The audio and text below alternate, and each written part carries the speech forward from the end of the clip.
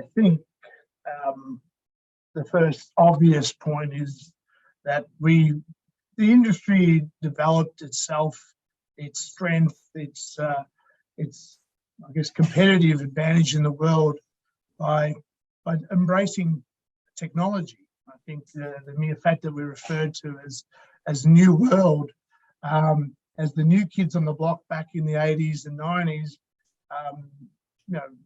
defines very much what the world sees us as. Recent travels, to different markets, as even in Asia, they openly refer to us as New World winemakers. That badge of honor that we wore in the 80s and 90s, comes with, I guess, some pressures for which to be always new. So there's a bit of a definition, I guess, of being New World winemakers, that to be new sort of implies a level of change. And for us, I think that's the first part, that that we cannot ignore the fact that our strength, our comparative advantage on a world export market was always tied towards developing a new style of wine, a new style of vinification. I think following that, there's a host of other challenges. I think the most obvious is a tyranny of distance. You cannot ignore the fact that the largest consumers, or the largest market of consumers, is in the Northern Hemisphere, where we're located, in many cases, 35,000 kilometres from those markets. It means that, for us, as opposed to competing in the US or in Europe's markets where there's already existing producers of wine, that we have to be different, that we had to differentiate ourselves. And so the tyranny of distance is another one that cannot be ignored. And as a result of that, just changing with what needs to occur to bridge that gap in comparative advantage was just an obvious challenge from the 80s and remains today. I think the earlier point that the biggest consumers of wine are located in markets that also are producers, be it France, Italy, Spain, the US, and China for that matter, places a conversation of economies of scale. And that's another point that, to my mind, can't be ignored. So when you add all these different challenges to our manufacturing in Australia, the need to basically find new advantages is always at the forefront. And I think this, the question you still asked is, why is change crucial? I think is an economic question. I think the biggest problem we've been facing in the last probably 10 years is really an understanding of what the product wine is. And that's hard. For those, I guess I was lucky enough to study a bit of economics as a youngster, and I've always been fascinated by the term elasticity of demand. And this word elasticity of demand talks about how elastic is your product. And this comes to how many what do the substitutes look like? I think this point about just the definition of elasticity of demand is if a price change, if a proportional change in price results in a greater proportion in demand, it means your product's elastic. Now, that's what's sort of been going on at the moment. And if we really look at what's happening with our own wine industry, what points are different? What value proposition does our wine offer to the consumer compared to a French wine, a US wine, in particular to a South African wine and a Chilean wine? And this is where I think this notion of, when I look at this topic, when this was introduced and said, Paul, look, let's talk about change in the industry. I think that it's hard is for us to become honest to say, well, really in regards to demand globally, what is it that our product offers as a difference? And I think when we start exploring that, whether it's the bottle, the product inside, the label, how we vinify the wine, all comes down to how we're going to innovate. And I think that's, so again, why is change crucial for the Australian and New Zealand markets? I think it just relates to the fact that the market's changing, the consumers are changing, and that the fact that our products, unlike the Italian wines or French wines and US wines, they have a very set, well understood product in already a large consumer base. And I think for us, we need to understand that and then respond accordingly. So again, for us, why is it crucial? I think it's just part of the fabric of how our industry is developed, and it's so important for us just to say, fine, what is the need going forward, and to do that, you must be ready for change. So.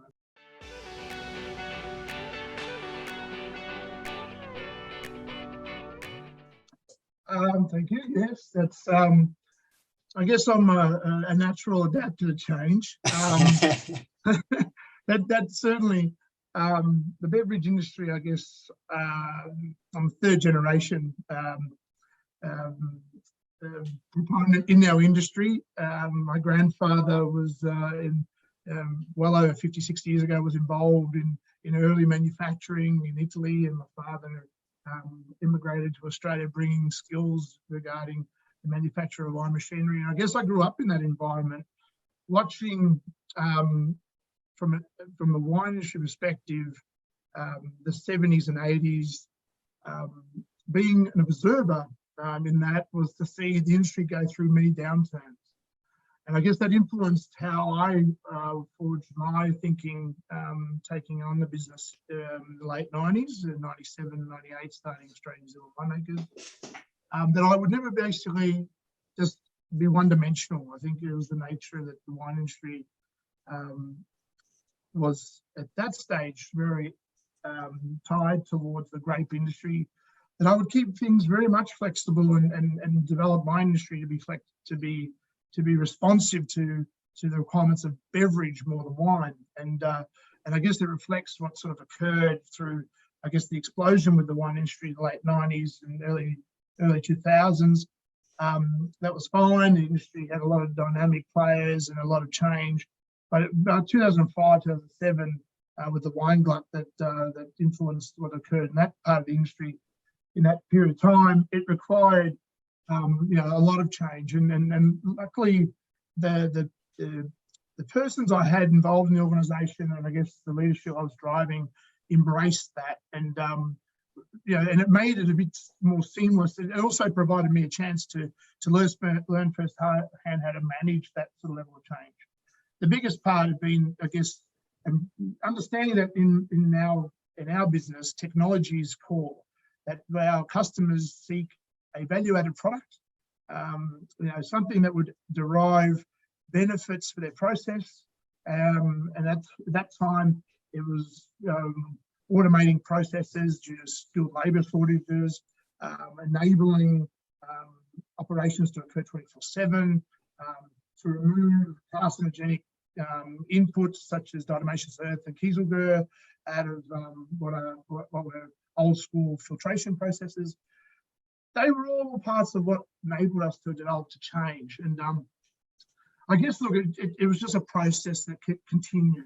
And again, whether it was the business change, whether it moved with the craft beer industry into what was beverages, we were enabling the people in our organisation to be empowered, to basically to become part of the process. So we attracted, just as part of that, those who were in themselves quite entrepreneurial. And I think that helped with having sort of people work within the organisation who were just themselves interested in change and being referred to as change agents. And I think that just sort of self-perpetuated as far as where we find ourselves 20 plus years on now, involved in a range of different products such as seltzer, which many would argue is an evolution of cider, and for some parts what the younger millennials are taking up as their preferred drink. So we see for us, whether it was the movement of our crossflow technology from wine crossflow into high solids crossflow, being quite early as far as the development of artificial intelligence with our engineering, that then moved into our press systems. I think all of it sort of coalesced, but it all stemmed from basically one, being prepared and driving the change, or that ethos of change top down, and then just empowering all the senior management and all those beyond to be a part of that. So that was really where I started learning that communication was core. That for all change to occur, if you see what the resistance to change are, it's basically removing this notion that, look, change results in failure. No, it doesn't. We'll get through that. We'll break down these elements.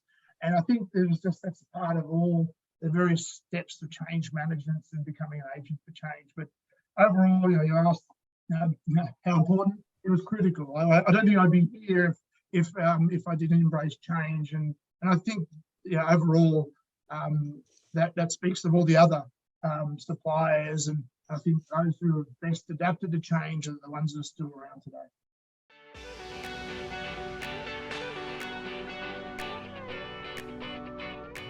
Yeah, look, good question. It's I think coming back to that point, the fact that we can't hide from the fact that we are referred to as a new world winemaker. And I think the benefits, first and foremost, for me, when I look at industrial change, as in what our industry needs to do, is that the rest of the world calls us new world. Why not embrace it? When you think about that, we're all here pointing towards trying to capture new consumers, a new generation of consumers in the wine industry. Those new consumers have value propositions relating to the environment, to clean production, to health benefits. It seems to be a very good alignment that we could use what is new world and the pursuit of new process and own that globally. When I look at industry policy, I work a lot with Australia and New Zealand, and I find it quite impressive what's occurring in New Zealand and has occurred over the last 10 years in New Zealand, where they've been very clear on the industry outlook and they're focused towards investment in technology. And I think a lot of it's to do with the clarity of their strategy, that they export predominantly, let's say, 90+% of what they produce. It means that their industry policy is clear. I think where we find ourselves and others, and I look at the US this way, where they have such a large domestic consumption, that they struggle, with the adoption of technology in the US compared to New Zealand, because why? They have such a big local base of consumer that they have a bit of a safety net, if you will. So the onus or the impetus to change isn't as dramatic or as necessary, if you will, as occurs in New Zealand. So coming back to the question you asked, the benefits of new technology for us, I think in Australia and New Zealand, is the fact, look, it fits. It fits with New World. It fits with where the consumer wishes us to be. Whether it's low alc, no alc, whether it's, again, creating a smaller carbon footprint with what's been adopted as CO2 capture technologies, whether it's the removal, as I said before, removal of carcinogens, from filtration processes.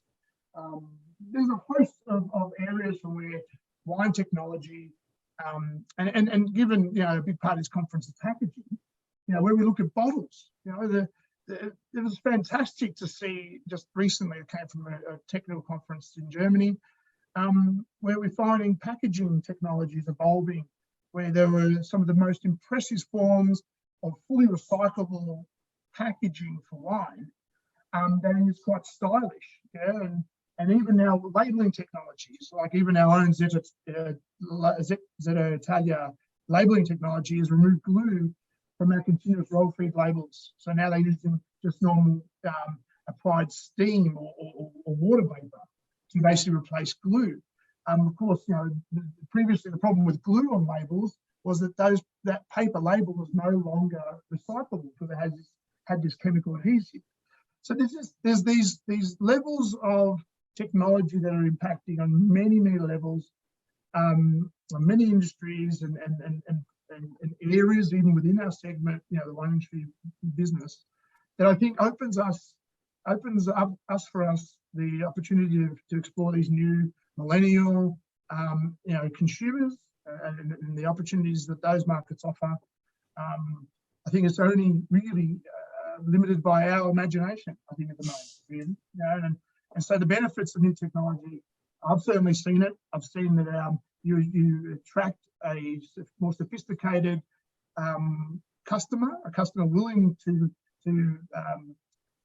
pay for the higher value-added proposition you're offering. And I think that sits with where Australia as a wine industry, whether it's the product, or the industry as a whole should be focused. So I think, so there's many levels to this conversation, macro and micro, but at each part, I don't think there's really anywhere else for us to be focused. I think technology holds the secrets of our future growth, and we should be adapting it far more, embracing it far more aggressively than we have been.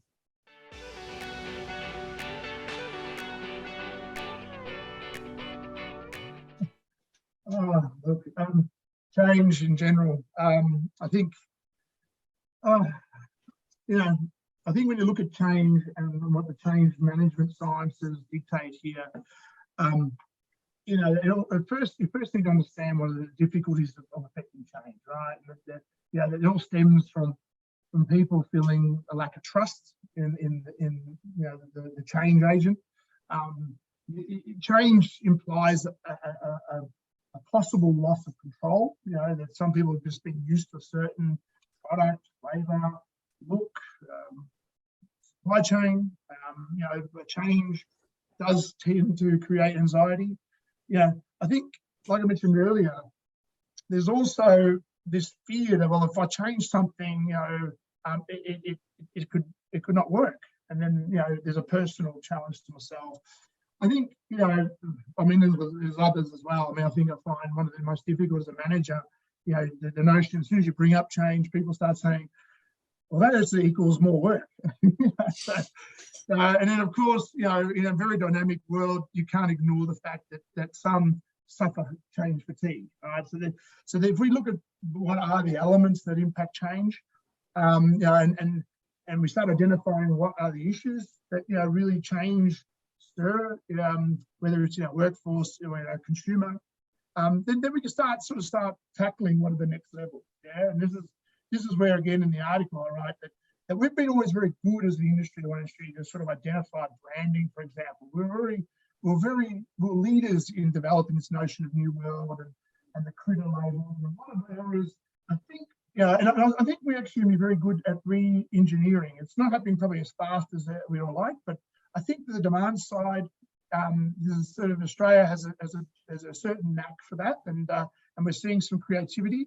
I think what I raised in the article is how do we stir change on the supply side, you know, manufacturing and technologies, and I think that's the big one, because it creates, there's so many levels of change that need to occur. So if you're in a large winery, or if you're, you know, in a large organisation, the levels of the protagonists that need to be involved in change need to be all engaged, right? So we start talking about trying to empower those various change agents, giving them the vision.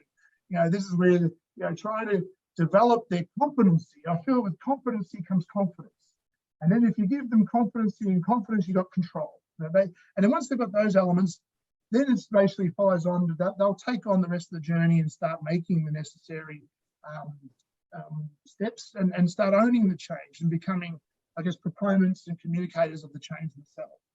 So that's certainly, you know, when I look at what comes down to how we communicate new technology and how it fits into process, it certainly requires that holistic approach to the mindset and to the vision, and you know, that they're the first things to start breaking down the challenges. So you identify all those challenges and say, logic here denotes that these are going to be the steps we need to do to break down those challenges. And, you know, there's certainly a process you cannot ignore. You cannot come in wholesale.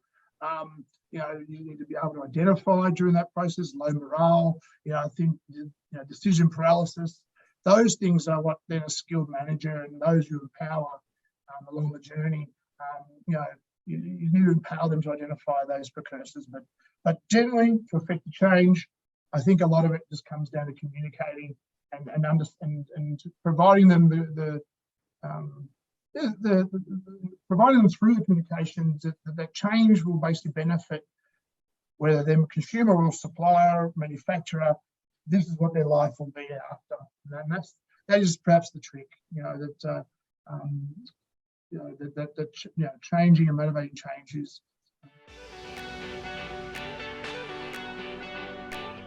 Look, I think again, you know, the discussions around technology.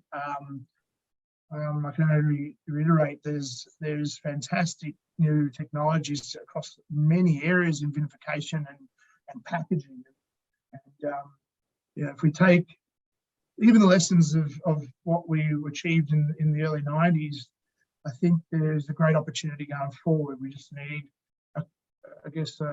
a cohesive sort of momentum forward. And we need obviously those that vision to be brought.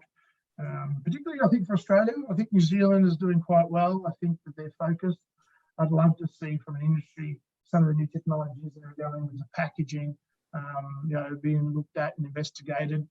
The challenges, post-COVID are real. We can't ignore that. Labour skills shortages, the cost competitiveness, the styles of product we're making, they will all need new technologies and they're available. I guess it's a clarity in industry policy, and with that, the coalescence of the supply chain and the suppliers, such as myself, coming all together to just do what we can to supply that will all be benefit to the industry as a whole. Excellent. Well, thank you so much for your time, Paul, and I'll wish you all the best. Thank you very much, and thanks for all the work you guys have been doing with this wonderful show.